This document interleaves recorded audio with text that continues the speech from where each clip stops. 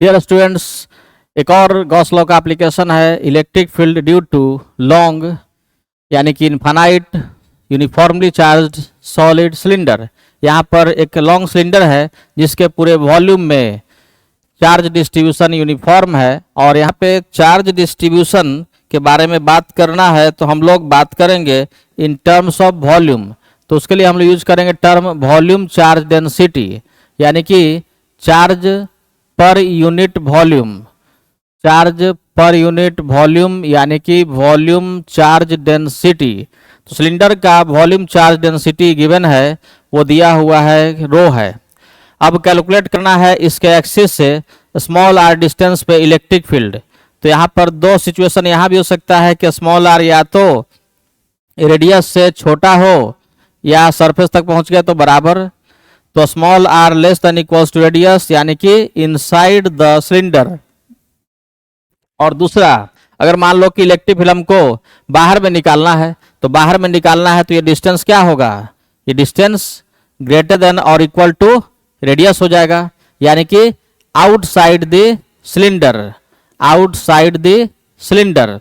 तो दोनों केस में फिर से हम लोगों को रिजल्ट निकालना है, एक इनसाइड द सिलेंडर एंड एक outside the cylinder by applying Gauss law. तो देखते हैं बारी बारी से कि इलेक्ट्रिक फील्ड का वैल्यू कैसे कैलकुलेट करें। तो हम लोग अभी तक क्या देखते आ रहे हैं कि इलेक्ट्रिक फील्ड कैलकुलेट करने के पहले यानी कि गॉस लॉ अप्लाई करने के पहले हम लोगों को जानना होगा कि इलेक्ट्रिक फील्ड लाइंस अगर इस सिलेंडर के चलते हैं तो किस तरह से होगा, किस डायरेक्शन में होगा और उसका मैग्नीट्यूड किस तरह से चेंज होगा। तो यहाँ पर फिर से देख सकते हैं कि इनफाइनाइट सिलेंडर है, तो अगर इलेक्ट्रिक फील्ड से सिलेंडर चलते होगा तो वो रेडियली आउटवर्ड डायरेक्शन में होगा, रेडियली आउटवर्ड डायरेक्शन में होगा।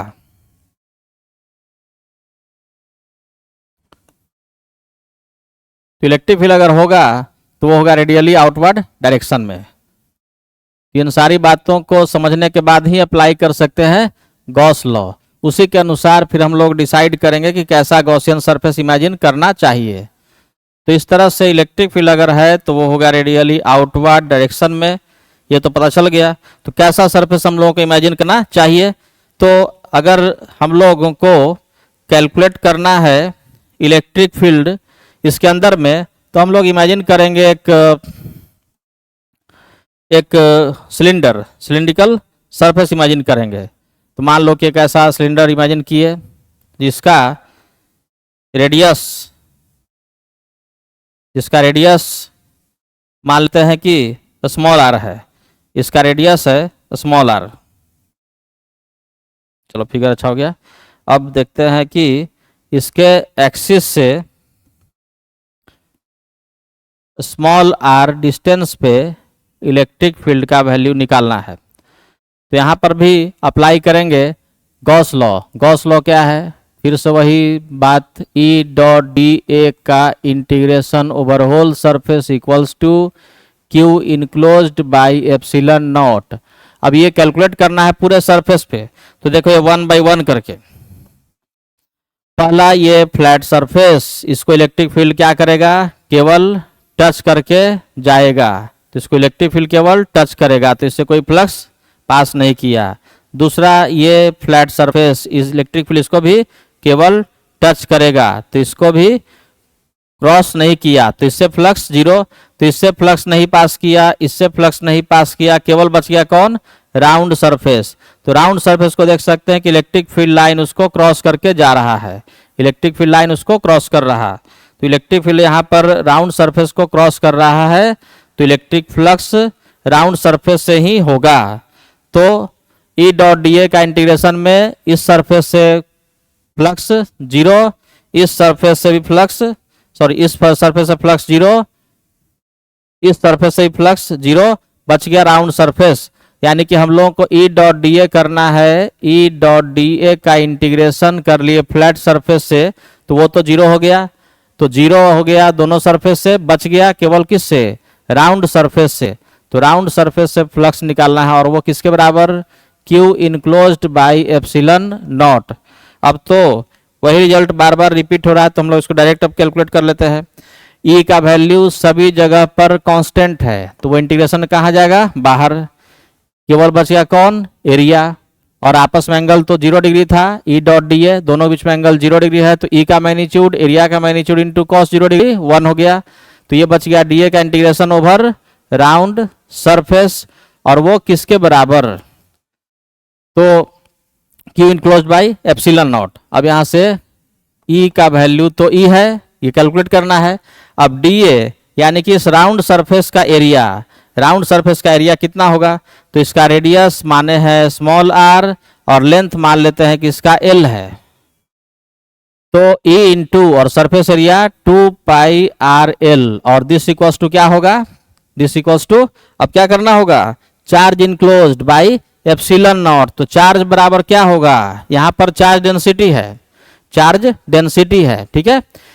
तो चार्ज डेंसिटी यहां पर वॉल्यूम चार्ज डेंसिटी है, तो वॉल्यूम चार्ज डेंसिटी है तो वॉल्यूम से गुना करना पड़ेगा।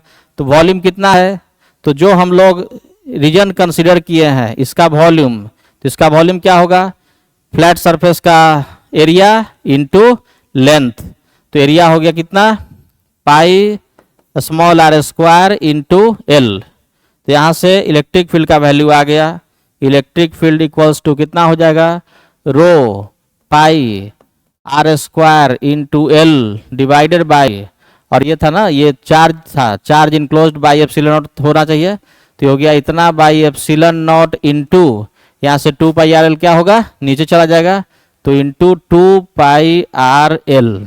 तो देख लो वैल्यू कितना आ गया, इलेक्ट्रिक फील्ड इक्वल्स टू आ गया रो, पाई से पाई कैंसिल आउट, आर से आर कटा, तो रो और लेंथ कैंसिल आउट हो चुका, तो बच गया रो आर बाई 2 एप्सिलॉन नॉट। तो यहाँ देखो कि रिजल्ट यहाँ भी बहुत अच्छा रिजल्ट आ गया कि इलेक्ट्रिक फील्ड और डिस्टेंस में क्या रिलेशन है, इलेक्ट्रिक फील्ड रो तो कांस्टेंट है, एप्सिलॉन नॉट कांस्टेंट है, तो इलेक्ट्रिक फील्ड हो गया directly proportional to distance from axis. ये रिजल्ट आया, ये रिजल्ट आ गया, electric field due to solid cylinder, cylinder के अंदर में, और अंदर में इलेक्ट्रिक फील्ड उसी तरह से बढ़ रहा है जैसे स्फीयर में बढ़ता है। स्फीयर में भी यही रिजल्ट आया था कि electric field directly proportional to distance from centre. Sphere में कौन सा स्फीयर, सॉलिड स्फीयर, तो जैसे सॉलिड स्फीयर में रिजल्ट आया था उसी तरह से यहाँ रिजल्ट आया है सॉलिड सिलेंडर का, electric field due to solid cylinder होता है directly proportional to distance from axis. ये रिजल्ट कहाँ के लिए वैलिड है, अंदर के लिए। अब हम लोग निकालेंगे इसी तरह से इलेक्ट्रिक फील्ड सिलेंडर के बाहर में, इलेक्ट्रिक फील्ड सिलेंडर के बाहर में। तो मान लो कि कोई इस तरह का सॉलिड सिलेंडर है, सॉलिड सिलेंडर है जिसमें चार्ज है यूनिफॉर्मली डिस्ट्रीब्यूटेड, चार्ज है यूनिफॉर्मली डिस्ट्रीब्यूटेड।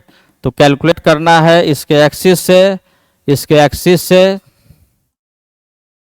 इसके एक्सिस से स्मॉल आर डिस्टेंस पे इलेक्ट्रिक फील्ड, लेकिन इस बार जो डिस्टेंस स्मॉल आर है वो रेडियस से बड़ा है, तो इस बार डिस्टेंस है रेडियस से बड़ा या बराबर। तो इस बार हम लोग गॉसियन सरफेस फिर से लेंगे, cylinder, cylinder of radius small r, एक ऐसा सिलेंडर फिर से सोचेंगे जिसका रेडियस स्मॉल आर है। तो एक ऐसा गॉसियन सरफेस इमेजिन किए जहां पे अप्लाई करना है गॉस लॉ, जिसका रेडियस है स्मॉल आर, लेंथ कितना है कैपिटल एल। अब फिर से सब कुछ वही रिपीट हो रहा है कि अगर इलेक्ट्रिक फील्ड यहाँ पर है तो वो होगा रेडियली आउटवर्ड इलेक्ट्रिक फील्ड, केवल किसको क्रॉस करेगा, राउंड सरफेस को, और फ्लैट सरफेस को इलेक्ट्रिक फील्ड क्या कर रहा है, टच कर रहा है। तो फ्लैट सरफेस को इलेक्ट्रिक फील्ड देख लो केवल टच कर रहा है, राउंड सरफेस को ही क्रॉस कर रहा है।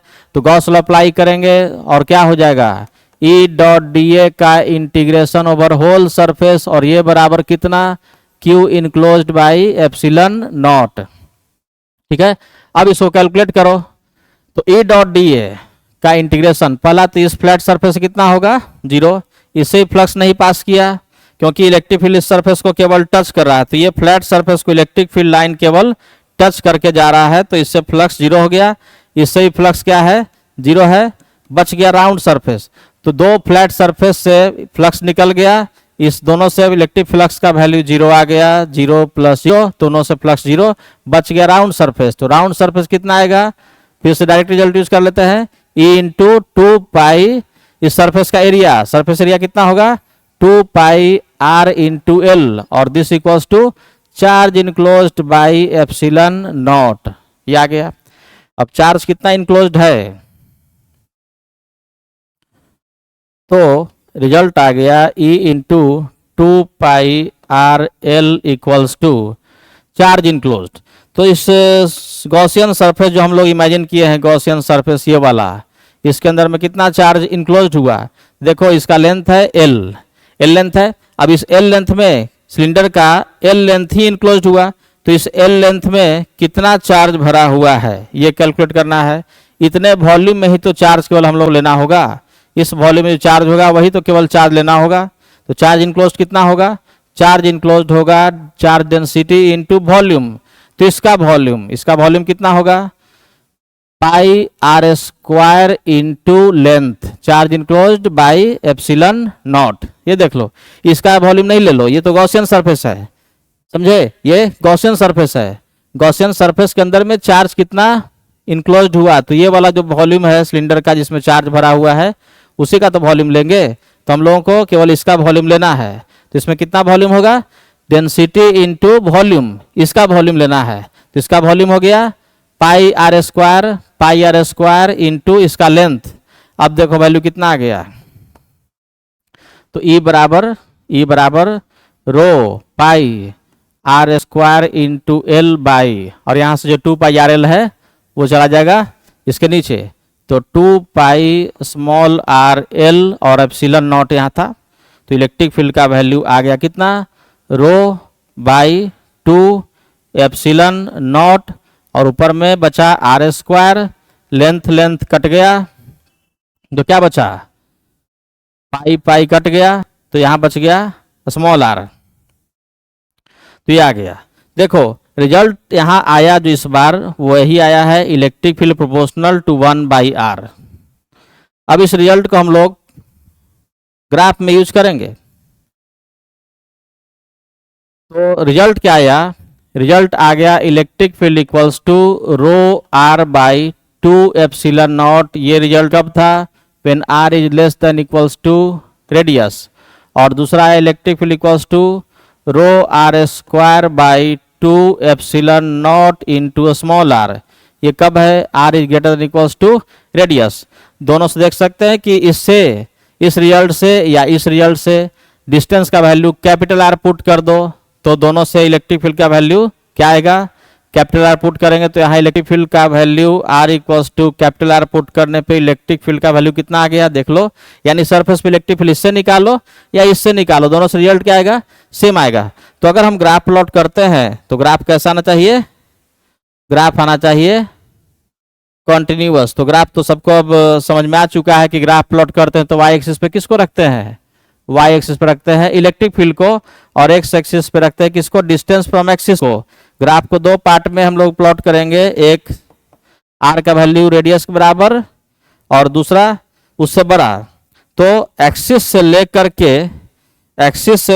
के सरफेस तक इलेक्ट्रिक फील्ड का वैल्यू क्या है, ये वैल्यू है, ये वाला रिजल्ट है। इलेक्ट्रिक फील्ड कैसे आया, डायरेक्टली प्रोपोर्शनल टू डिस्टेंस, और सरफेस के बाहर या सरफेस से लेकर कहाँ है, directly proportional to 1 by r. तो पहले ग्राफ होगा straight line passing through origin, distance बढ़ेगा, इलेक्ट्रिक फील्ड का वैल्यू भी बढ़ेगा, आर इक्वल्स टू 0, तो इलेक्ट्रिक फील्ड का वैल्यू 0, तो r equals to 0, electric field का वैल्यू भी 0, और ये स्ट्रेट लाइन बढ़ेगा कहाँ तक, सरफेस पे। और उसके बाद जैसे ही सरफेस पे पहुंचेंगे तो इलेक्ट्रिक फील्ड का वैल्यू फिर क्या होगा, इस रिजल्ट को फॉलो करेगा, डिस्टेंस बढ़ने पे इलेक्ट्रिक फील्ड डिक्रीज करेगा। तो सरफेस पे इलेक्ट्रिक फील्ड बढ़ते बढ़ते क्या हो चुका है, मैक्सिमम। जैसा कि जानते हैं कि इलेक्ट्रिक फील्ड हर केस में सरफेस पे क्या हो जा रहा है, मैक्सिमम हो जा रहा है, चाहे वो स्फीयर हो चाहे सिलेंडर हो। तो यहाँ पे इलेक्ट्रिक फील्ड बढ़ते बढ़ते सरफेस पे हो गया मैक्सिमम, फिर डिस्टेंस बढ़ने के बाद इलेक्ट्रिक फील्ड घटना स्टार्ट होगा, और वो घटकर कहाँ पे 0 होगा, इन्फिनिटी पर। तो देख सकते हैं कि electric field is maximum at the surface यानी कि डिस्टेंस इक्वल्स टू रेडियस। तो ये ग्राफ हो गया electric field due to solid cylinder. देखो भाई ग्राफ बहुत ही इंपॉर्टेंट है, चाहे वो सॉलिड स्फीयर का हो, हॉलो स्फीयर का हो, सॉलिड सिलेंडर का हो, हॉलो सिलेंडर का हो, और दोनों के रिजल्ट में काफ़ी कुछ समानता आ रही है, ग्राफ में भी उसी तरह से थोड़ी सी समानता मिल रही है। तो दोनों को रिलेट करके याद रखेंगे रिजल्ट को। अब नेक्स्ट जो हम लोग देखेंगे एप्लीकेशन ऑफ गॉस लॉ, वो है electric field due to infinite conducting plane of charge and infinite insulating plane of charge.